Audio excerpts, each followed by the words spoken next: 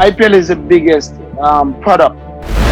I'm like the father and the parent, and you do things that is not necessarily immediately apparent. It's something that should have been eradicated a long time ago.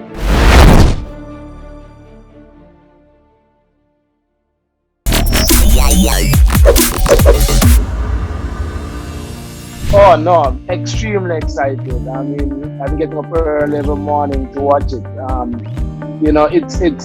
When you don't have it, you realize how much you miss it. And so the last couple of months have been very, very, very sad, almost depressing, not having cricket on TV, and looking forward to the T20 this year, the World Cup and the IPL, and so it's been a little bit of a depressed state, but we hopefully will get back there soon.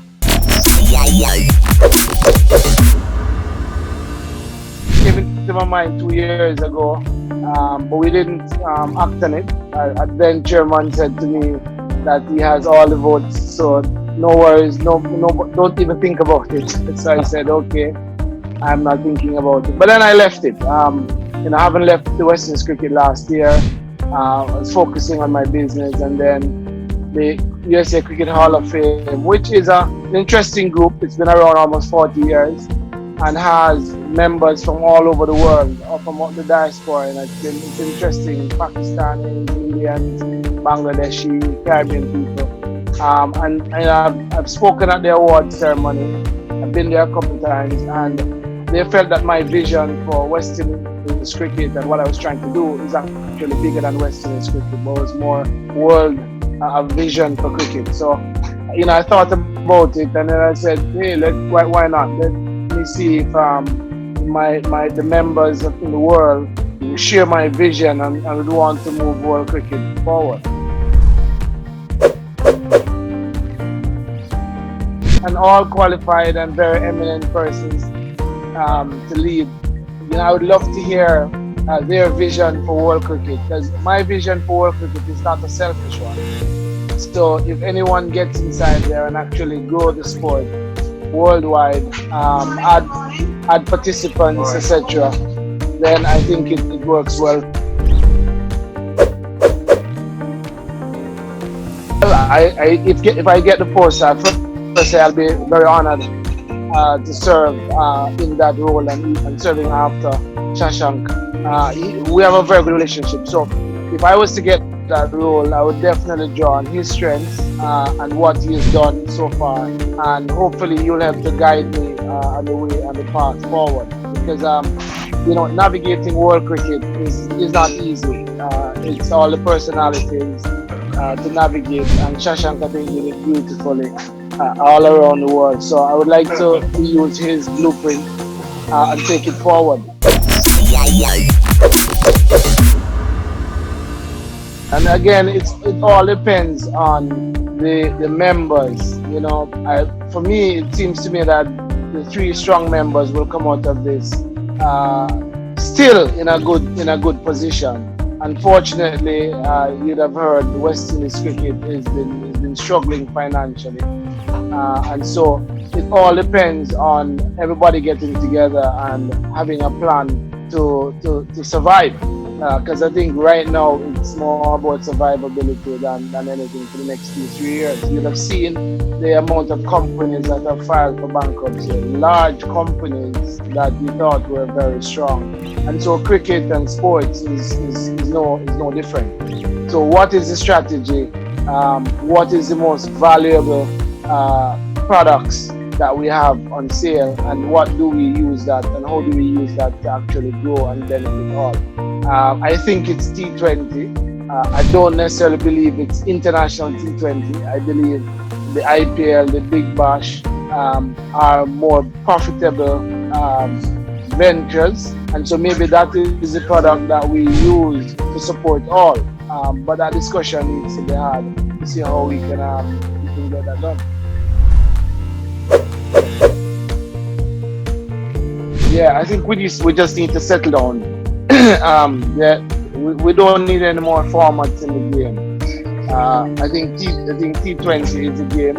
Not saying all the other recreational T10 and stuff shouldn't be played, but I certainly wouldn't be encouraging it at the international level or for a global event.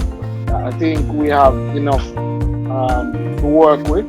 Having a T20 every 2 years and maybe a World Cup every 4 years or something like that is quite enough for world cricket at global event. Because if you keep adding in events, then you're cutting down the time for other teams to host bilateral series, which gives them the money, which means all of that needs to be looked at, right? So, and that's what I'm saying, nothing we can talk about in isolation. We have to have a very open conversation. And that's the working group we were having at the ICC to really take everything, put it on the canvas and say, how do we make this work for more countries and not just 4 or 5 kind of thing. So, when you start talking about more domestic tournaments, it means less international, it means less opportunity for global events. But how can we work so that everybody benefits by having the more profitable events and not fighting for calendar? I'm concerned about America and Africa. Those two particular areas have not grown, and we've seen they've actually regressed. So we look at 2007, 2011 World Cup, we had Canada there, we had Kenya. Where are those countries as a cricketing force today? And so something is wrong that we need to look at in how we grow the sport and really make it a world sport, as in football, track and field. We need to look at Africa as well. We really, apart from South Africa, Zimbabwe has been struggling, and we need to see how we can bring those countries on board while supporting the Irelands and Afghanistans that have come on, and Scotland. Listen, the T20 era is very, very exciting because for the first time in cricket, you actually have maybe 20, 30 teams that can compete on any day, and that is exciting. So the future is very, very bright for world cricket. Yeah, that has been planned, and that I think is ongoing. There has been a USA Cricket did some tender, I think a year ago. I think Times of India might have won it to assist the Cricket Association there to develop the sport. But ICC needs to do their part as well and bring global events there and encourage the other nations to come in and play.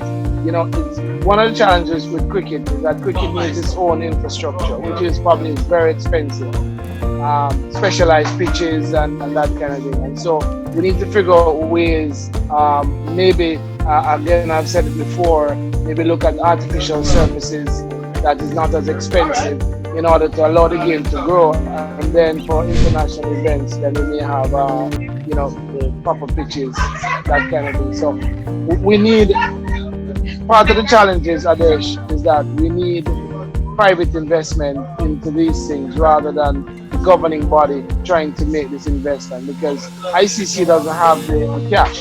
So ICC need to be more of a facilitator to allow investments to grow, to allow all the interests to invest in the game and grow the sport. That's how football has grown. And I think we need to take look at that model and see exactly the good points we can take from it in order to let the game grow.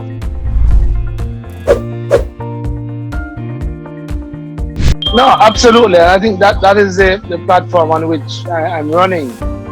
We want to get cricket in the Olympics. Cricket in the Olympics changes the economics for a lot of smaller nations, and not necessarily smaller nations. For example, Canada. If cricket became an Olympic sport in Canada, they would get massive funding from the Olympic Association. And so they've been asking and agitating for a long time. China, for example, would also release funding into their organization if it's an Olympic sport. I think the Olympics is a challenge simply because of the calendar that we have now. And so we need to look back at the calendar and try and simplify it. Look at what the content that's most profitable. And I have a philosophy that less is more. So maybe we play less international cricket but make it more profitable because it's scarce. I'm not trying to be playing more. We still only have 365 days, 12 months. So, and that is a real challenge. So it's really sitting down with the members and see how we could carve out playing in the Olympics every 4 years, and really globalizing the game for the benefit of all, not just the players, but fans, as well as participants in the game.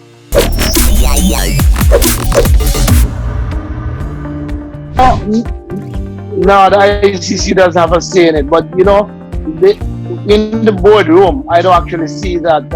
I've never really seen that kind of issue between Pakistan and India when they're sitting in the boardroom. That doesn't exist. It's all about sport and world cricket.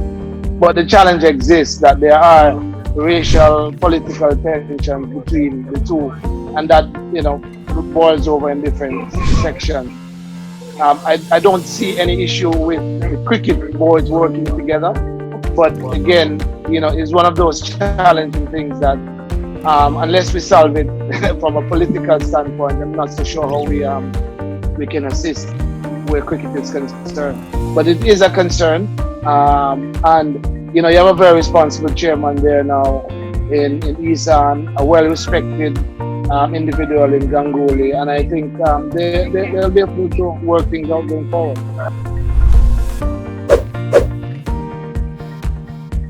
It started that way in 2014 when the team pulled out of India, when we had to do the restructuring in West Indies cricket, which has made us competitive today. Unfortunately, when we negotiated with the Players Association, some of the players either didn't understand or just were not clear as to how impactful it would have been. And when they actually saw the numbers, they were a little taken aback.